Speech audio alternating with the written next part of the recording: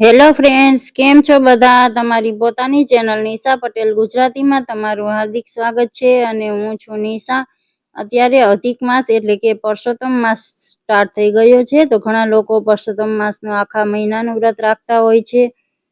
તો એના માટે આજે આપણે ફરાળી સુખડીની રેસીપી જોઈશું ફ્રેન્ડ્સ. માત્ર એક ટુકડો સુખડી ખાઈને એનર્જી આખો દિવસ રહે છે અને પેટ પણ ભરેલું રહે છે. તો ચાલો આ ફરાળી સુખડીની રેસીપી જોઈ લઈએ. સૌથી પહેલા આપણે જે પ્લેટમાં સુખડીને સેટ કરીશું એને ઘીથી ગ્રીસ કરીને તૈયાર કરી લેશું. તમે જે પણ વાસણમાં સેટ કરવા માંગતા હોય એને આ રીતે તૈયાર કરી લેવું. હવે મેં એક પેન લીધું છે, એમાં આ રીતે રાજગરાનો લોટ એડ કર્યો છે. રાજગરાનો લોટ તમને કોઈ પણ દુકાનને રેડીમેડ આસાનીથી મળી જાય છે. તો આ મેં 2 વાટકી રાજગરાનો લોટ લીધો છે.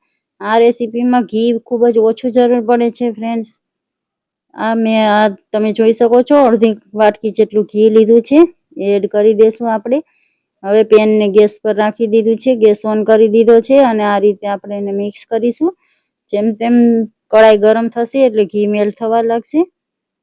ફ્રેન્ડ્સ, એક નાનકડી રિક્વેસ્ટ છે, તમે હજુ સુધી મારી ચેનલને સબસ્ક્રાઇબ ન કરી હોય તો પ્લીઝ ચેનલને સબસ્ક્રાઇબ કરી દો અને બેલ આઇકનને પ્રેસ કરી દો, જેથી કરીને મેં જ્યારે પણ નવી વિડીયોની રેસીપી અપલોડ કરું તો તમને નોટિફિકેશન સૌથી પહેલાં મળી જાય.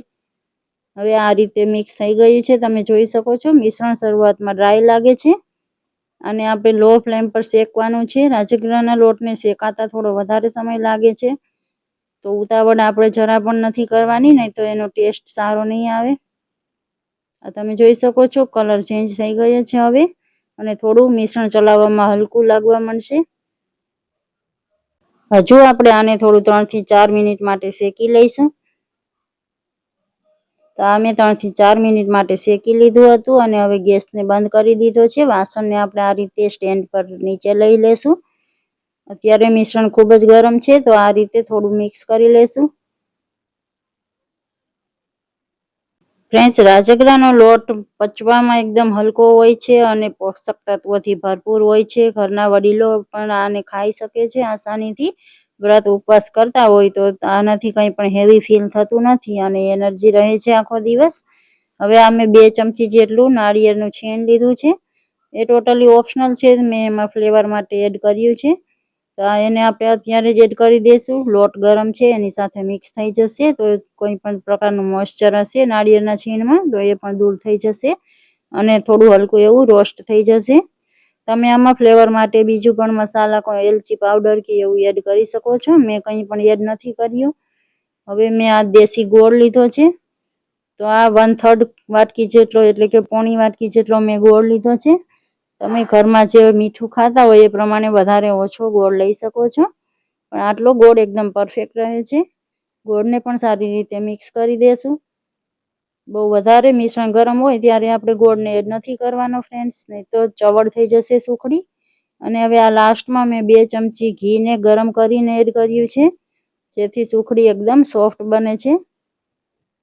ફરીથી બધું સારી રીતે મિક્સ કરી લેશું. સુખડીમાં આપણે ચાસણી કે કંઈ બનાવવાનું હોતું નથી, એટલે આમાં પાણીનો ભાગ એકદમ પણ નથી હોતો, તો સુખડીની શેલ્ફ લાઈફ બહુ વધારે હોય છે ફ્રેન્ડ્સ. 15 થી 20 દિવસ સુધી સુખડી ખરાબ થતી નથી. પ્લેટમાં મેં આ રીતે સેટ કરી દીધી છે અને ઉપરથી આ રીતે મેં ડ્રાયફ્રૂટ્સની કતરણ એડ કરી છે. કાજુ, બદામ અને પિસ્તાને મેં આ રીતે ચોપ કરી લીધા હતા. એને આપણે એડ કરી દઈશું અને ઠંડુ થવા રાખી દઈશું. 10 મિનિટ પછી આમાં કટ લગાવી દઈશું અને 1-1.5 કલાક માટે આને આપણે ઠંડુ કરી દઈશું. પછી આપણે સુખડીને ડીમોલ્ડ કરી શકીએ છીએ. તો આ રીતે સુખડી ઠંડી થઈ ગઈ છે, તમે જોઈ શકો છો. તો સુખડીને આપણે ડીમોલ્ડ કરી લઈશું. એકદમ સોફ્ટ સુખડી બનીને તૈયાર થઈ છે ફ્રેન્ડ્સ.